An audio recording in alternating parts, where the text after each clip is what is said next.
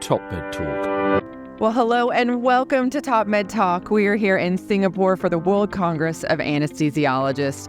It is a fantastic meeting so far. It's day 2. We're in the exhibition hall doing our Top Med Talk thing. I'm Desiree Chappell. I am your host, co-editor-in-chief of Top Med Talk, and I'm joined by our former co-editor-in-chief, Monty Mythen. Hello, Monty. They let me back on the can. I said, okay, fine.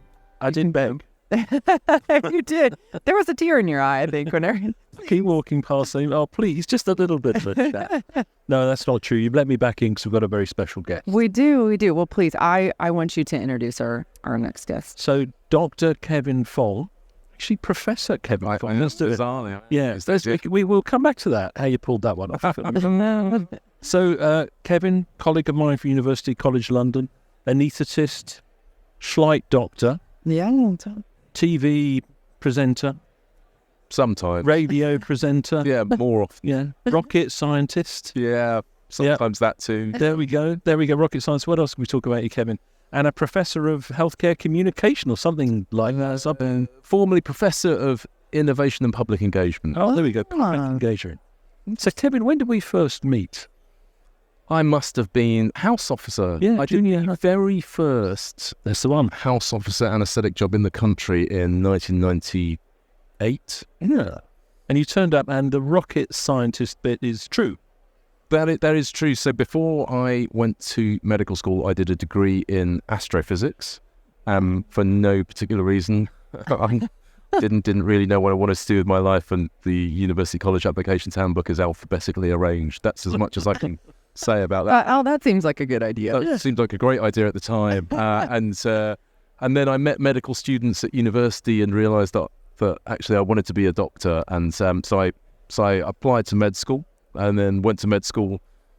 And the rocket science bit comes in because at the end of med school, I wrote lots and lots and lots of letters to NASA asking them to give me a job. And really naively, the sort of thing that. But they did, didn't it? Well, they did. They did. They said stop writing letters, but come and do this 4-week clerkship. And so so I went to Johnson Space Center, the home of mission control, and I did aerospace medicine with them for 4 weeks. I thought it was the best thing I'd ever done in my life. And after that, I just kept going back. And we'll get into how you got into the sort of media space, but some people recognise your voice and or your face, which we're not sharing with live at the moment. For everyone's benefit. You're looking great, Kevin. Yeah. We might know you for radio podcasts for like 13 Minutes to the Moon, which we can expand on in a moment. One of the last great space missions, which I think was shown on popular TV. Tell us a bit more about those. Well, the thing that I've done most recently is quite a lot of radio and podcasting in the last few years.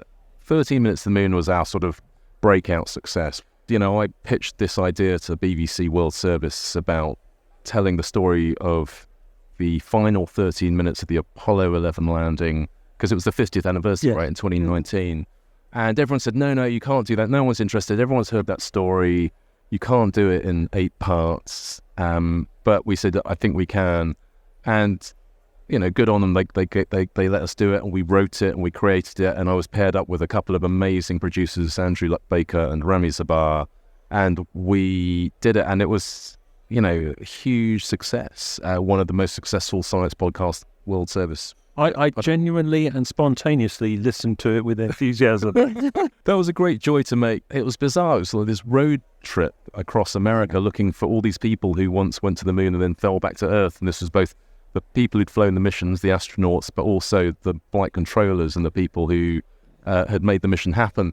And I think they had this sense of this is our last chance to tell this story, because they told such wonderful stories, and it was a great pleasure to be able to do it in long form like that, to actually let them tell their stories at length and then build them in. So yeah, we did that for World Service, and I've continued to do that, and we're making another podcast now independently of the BBC called 16 Sunsets, which is about the early days of the shuttle era. And your passion for it all and your knowledge and your awareness really comes through, because I think you wanted to go at one stage, didn't you? Oh, yes. I mean, look, growing up as a little kid, I only ever wanted to be 2 things, which was a doctor or an astronaut, and I sort of did the first one. And I applied twice, actually, to astronaut course. Since I've last seen you, I applied again. So I applied in 2008-9 when I was well. I didn't do that brilliantly during that selection. I got through a couple of rounds, I got kicked out.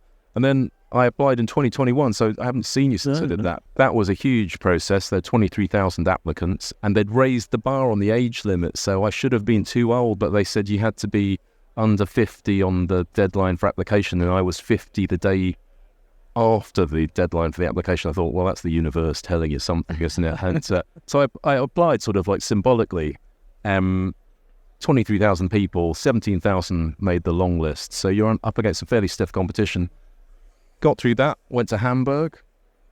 Lots of video games, lots of IQ tests, maths GCSE, physics GCSE essentially, bit of psychometric testing.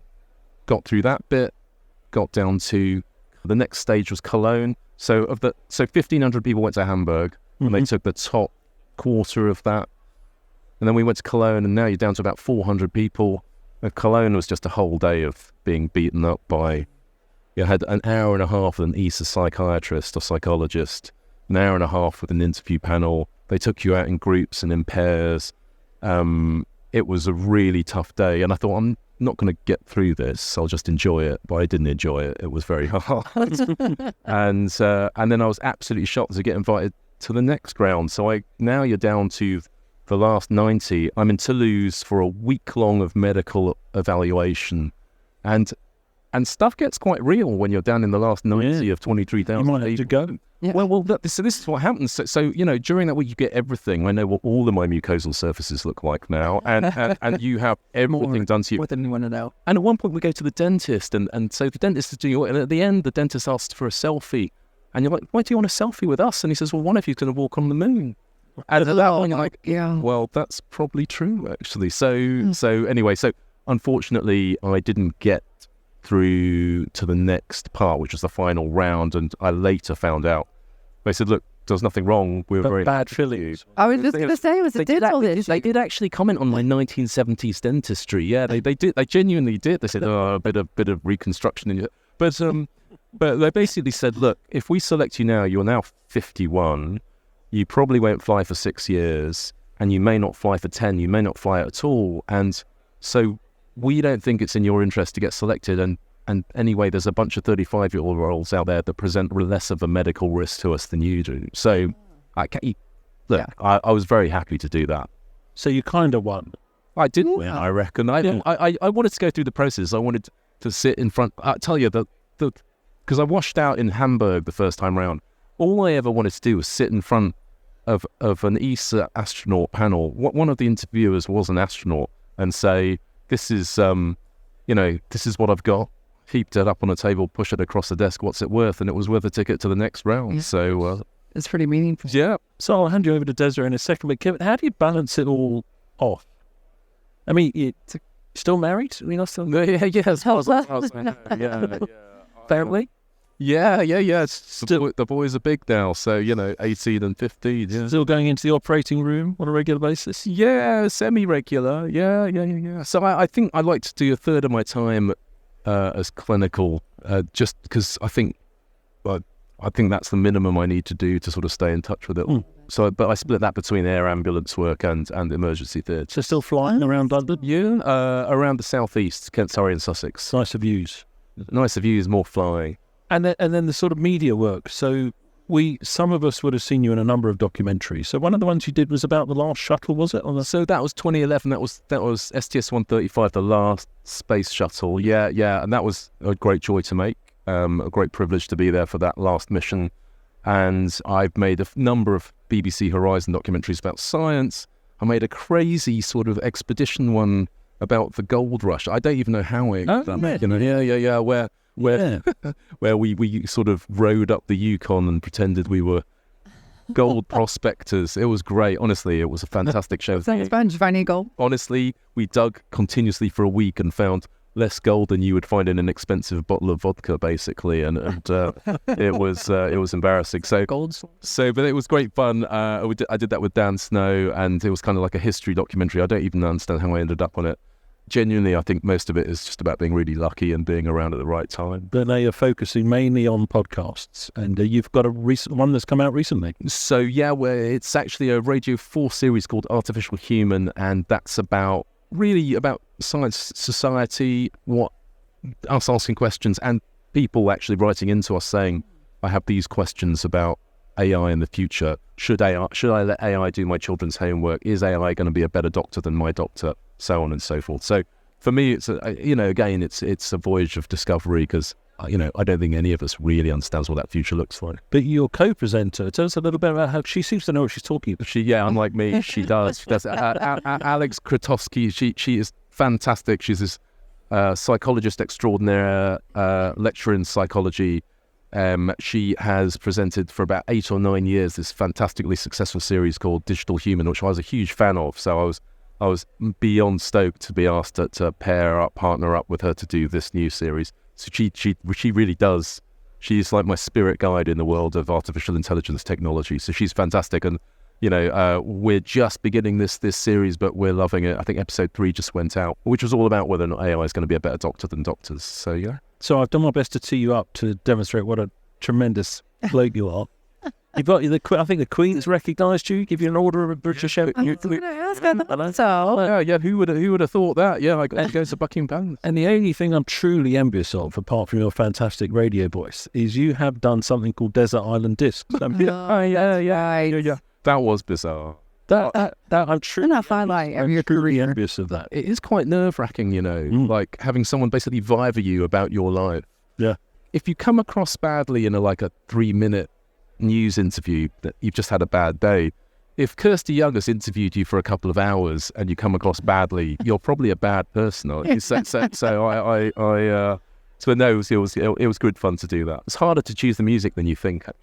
Oh, no, I think it'd be terrible. And it'd be so hard to be on your own. You always think you know what you're going to do, but actually it's quite tricky. Yeah. Oh, I get it. Well, Kevin, I mean, as everyone's walking by here, they're like, look, who's sitting over on the chair? Who's at Top Med Talk now? You were invited to do the Harold Griffith lecture here at WCA for the contributions to the world of anesthesiology. Tell us a little bit about what you were talking about today. So it was a great honor really to give the keynote for this World Congress. I've got this bee in my bonnet about risk. It was called "We're Wrong About Risk" because I think that we've had 25 years since we published since To Err is Human was published, which was the signature paper about the problems with patient safety and medical error and harm. And it was great. It's shone a much needed spotlight on the patient safety cause, and it led to a boost in the number of publications, the number of grants awarded. But like all good pendulums, it swung and continued to swing, and I wonder if it swung a little bit too far. And so it was really just unpicking some of the things that I think may have lost in translation along the way. We are obsessed, or have become obsessed, with this idea that aviation has all the answers for us and we just need to be a bit more like pilots. But actually, I think if you scratch the surface of that and look underneath, I'm not sure that we're always taking the right lessons from this. Plenty to learn from the world of aviation. Yeah. I think sometimes we take a lot of the surface detail without really understanding what's going on underneath. So any specifics on that, just as a quick example, because it really is one of the things that everyone equates anesthesia safety to. Yeah, and look, I think that we've learned an awful lot from them, but I think that where we've got a little bit trapped is when the thought bubble in your head of what a pilot is this chisel-jawed, cool under pressure, a person who usually has a checklist in their hand. Yeah. And checklists have been useful in medicine, and the World Health Organization surgical checklist has been a huge benefit. Yeah. But I think it started to lead us down this garden path that suggested that patient safety was mostly modified by us getting better human performance. It is very tempting and it's a very alluring idea that actually we're like elite sportsmen and women, and that actually what we practice is elite sport, and so improving our human performance is the key to everything. Yeah. When in fact, actually, planes do not crash 4 orders of magnitude less often since the 1950s because pilots got 4 orders of magnitude better at flying them. They got better because the engineers said, we better engineer this so that you're less likely to crash it. Yeah, and so system technology. Exactly. And so one of the things I think that we've lost is we think that patient safety is cheap because we think that all you have to do is to try harder and be better. And that doesn't cost anything, but it's not true. The way you buy safety in complex, high-performance, high-risk endeavors is by investing in the infrastructure and the system. That's what the airlines did. They built better engines, better airframes. They built air traffic control. They built better avionics suites and better control systems.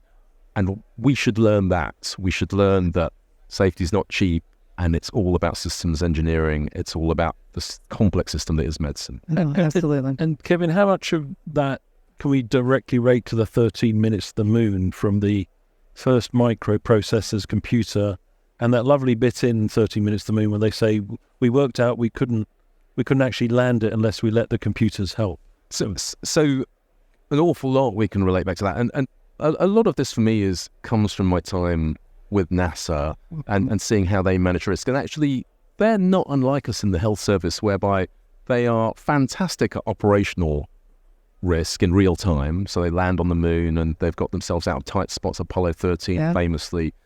But at organisational level, they have at times been left wanting. And I think that we in healthcare can all relate, actually. And so one of the interesting things about Apollo is, although we tell the story in the heroic narrative, Armstrong wrestles the lunar land to the surface of the moon as if it's some space-age tiger moth, and the computer's not up to the task and he takes over manual control. That's not what happened at all. Actually, the Apollo guidance computer, although very primitive by modern standards, is absolutely essential to that task. It's part of the system.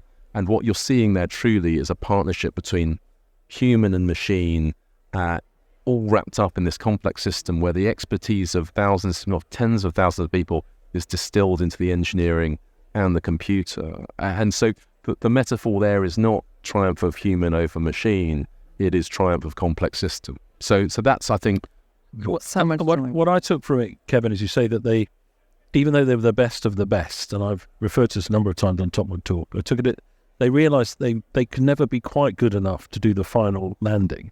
So the computer helped, but when it came to where they landed, there was a human intervention to say, I don't think we should land on the big rock. Yeah. Is that right? That's absolutely right. So there's this fascinating bit. So this lander is flying along sideways for most of that approach to the moon, and the astronauts are staring through these triangular windows at the sky above the moon, the black sky. So they can't even see the lunar surface because the computer's got control.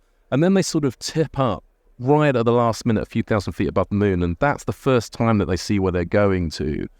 And at that point, the computer says, I'm going to put you down there. And with the Apollo 11 landing, Armstrong looks at it and says, that's not a great place. Now, at this point, he doesn't take full manual control. He deactivates some of the subroutines, says, I'm going to have a control of this and control of that, and I'm not going to go with that. And that part is called the low gate. The low gate is the point at which the human has eyes on the target and has to make a decision. And what I like about it is it's about, the computer has an idealized view of what the world is, right? It's all programmed into it. The gravity is like this, the surface is like that, the rate of descent is going to be this.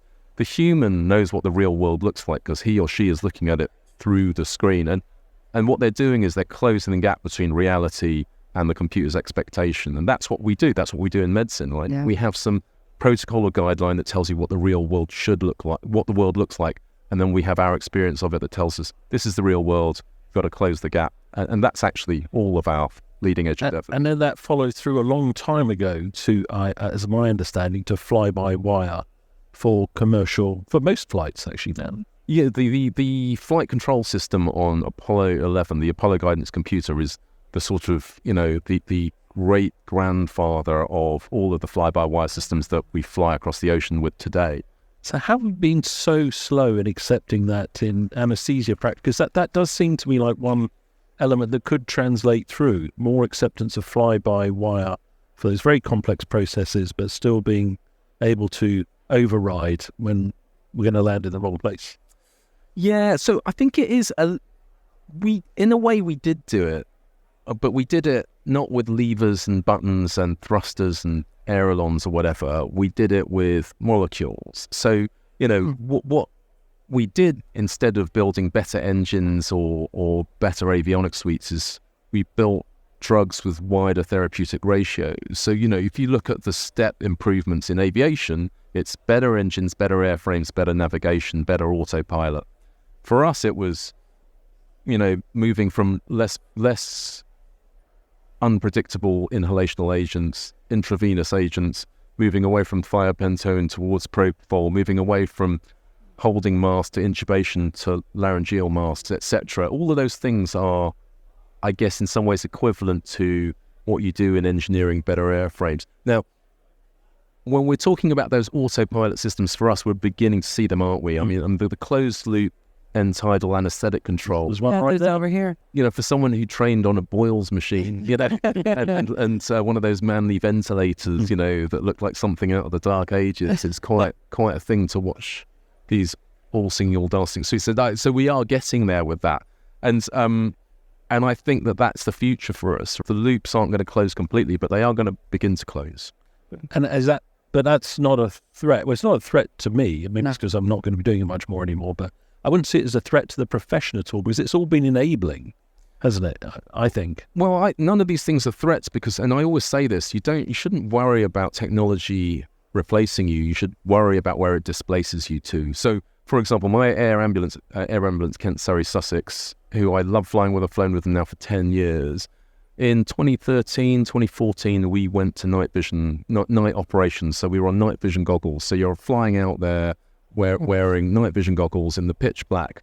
And the point here is it makes that then is another level of automation. But what it does is it displaces you to a mission operation, which is now made sufficiently safe because of the technology. But it's something that you would never have done before without it. And I think it's the same with the anaesthetic technology. So, we now anaesthetize sicker, older, more unhealthy people than we ever did before because we have the technology that allows us to do that. So it doesn't threaten us. It just enables us, as you say, and it extends our reach into the things that we will do.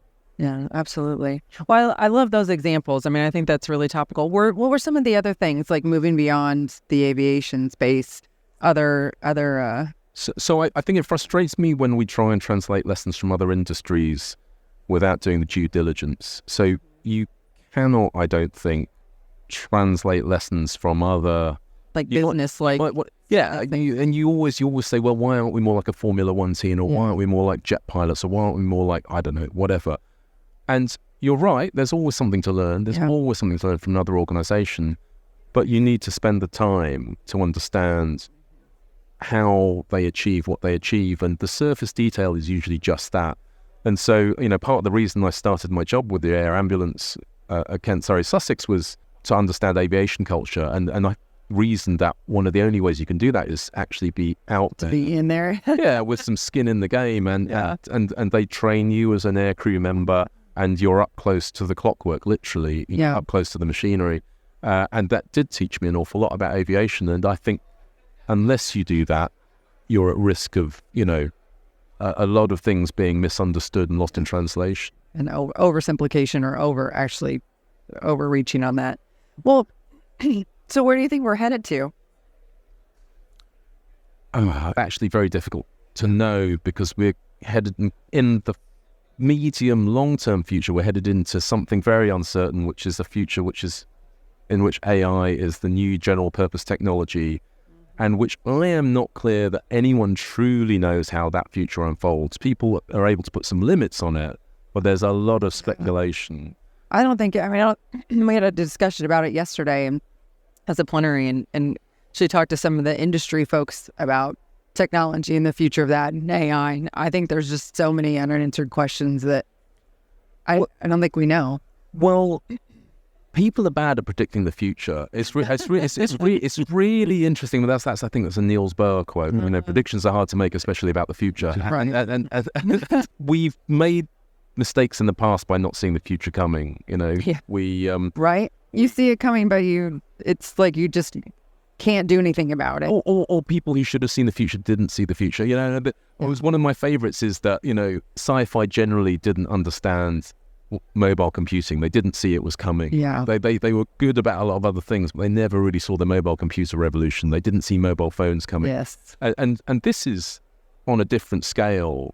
This is a technology that's going to accelerate really quickly, that has the capacity to do, that can learn. Yeah. And I think it's really hard for us to predict what the future will look like, actually. And so you have to feel your way quite carefully. And that's partly why we decided to do this radio series, to try and understand practically where AI is now in our lives and where it might be in the near and medium future.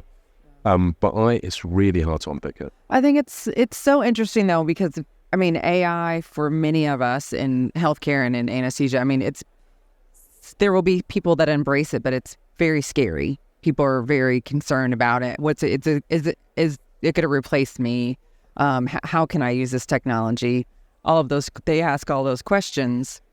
In reality, we're using a lot of AI in practice now. Our phones, everything that we use and put our hands on every day has some type of AI. It's just, where's it going to in the future? And now we're calling it AI. We're calling it out. So now there's something to be. Yeah, and AI, like every other technology before it, is neither good nor bad. It is neutral, and it's how you use it. There are legitimate concerns about it, as there have been with every other technology in history. Yeah. But, there are many, many, many opportunities here. There are some not inconsiderable threats alongside those opportunities, and we're going to have to navigate them both. I think the difference here is the speed at which this technology will unfold. Yeah, that is the history of technology is technology turns up, you wait a few years, a few decades to see the damage it might cause, you regulate and you legislate. You won't have time to do that for AI, so we've got to try and find a way of staying agile and staying ahead of that stuff. Yeah, for sure. Well, any other kind of takeaways from your presentation today? I am not sure, and it's almost a heretical statement, isn't it, to say that we're wrong about patient safety. I think the patient safety movement is both important and has been a great benefit to both patients and clinicians. I do wonder whether we need to have a slightly recalibrated discussion about what we mean by safety. Because if you say this thing is safe to a member of the public, they think that it's safe in the way that a roller coaster is safe, or a plane ride to Torremolinos is safe. And actually, that's not what we really mean when we're talking about healthcare, and we may need to nuance that. I think healthcare, for me, fundamentally is about the management of risk. Mm-hmm. And I think when a patient comes to you, they come with a risk that they're holding that is unacceptable to them, and you swap it for the risk that you offer of the procedure you offer them, which should be smaller or more acceptable. And that idea of it being a trade space, a trade in risk, I think is important, because it means that, the goal is safety. As I said in my lecture today, the goal is safety, but the journey is risk. Yeah. And the destination is safety, but the journey is risk. And I think that is important for us to re-inject to the dialogue, I reckon. I think we've slightly lost our way on it. Yeah, lost the plot just a little bit. Monty? So remind us again, Kevin, the series that we should be listening to, because I was going to ask you all those difficult questions about AI and whether you let the kids use it for doing their homework, whether you think it's part of the future of medicine, but don't answer those questions. Just remind us one more time so we can put it in the show notes. So what is the series on radio is on Radio 4, and you can also get it on BBC Sounds. It's called Artificial Human, and it's me and Alex Krutowski telling you everything you wanted to know about AI, but we're too afraid to ask. And the big one that's coming up is 16 Sunsets is one that I've made independently with Remy Zabar and Andrew Luck-Baker, who are my team, who are with me for 13 Minutes to the Moon. We wrote and created that series together, and so we've gone out independently to make this show called 16 Sunsets, which is about the shuttle era. And it gets its name because when you launch into space and you go around the Earth at 17,000 miles an hour, you see the sun rise and set 16 times a day. Cool. Where can we send money to have a chance to listen to that one? I know. Well, when we release it, there'll be plenty of opportunities to send money. Well, great. Brilliant. Thanks, Kevin. Well, and I know we can find you on Twitter. You were really active there. I was fascinated by your thread just in the recent days. Well, yeah. So I've just come here to Singapore straight from Orlando, where I was trying to watch my very good friend Mike Barrett, who's a doctor but also an astronaut, real underachiever, and he's just launched with his Crew 8, and they went on a Falcon 9 rocket in a Dragon capsule to International Space Station. They're actually just docking to International Space Station almost as we speak now. So I was trying to watch this launch, but it kept slipping because of bad weather, and eventually I had to come here. So I wasn't there for the launch. I know. Great All to right, see you, Kevin, Awesome. thank you so much for taking the time. I know that you're super busy, and thank you for, choosing to come here to present the keynote. I'm sure that it spoke volumes to everyone that was there. So thank you. Well, thanks for having me on. Yeah. And thanks for listening to Top Med Talk. You can find us at topmedtalk.com on your favorite social media platform, Twitter, LinkedIn, Facebook. We are there. YouTube as well. We got a YouTube channel, so check us out. Thanks, everybody, for listening. Cheers. Top Med Talk. Thanks for downloading Top Med Talk. Don't forget to subscribe via your podcatcher. Don't forget to check us out on social media. We're on Twitter, Facebook, LinkedIn, and YouTube. And also, don't forget, Top Med Talk is the broadcasting arm of EBPOM, Evidence-Based Perioperative Medicine. We'd love you to find out more about that. If you check out ebpom.org, you can find low prices on some of the conferences we're organising around the world. Many of them are virtual and don't even involve you leaving your own home. Check out ebpom.org now.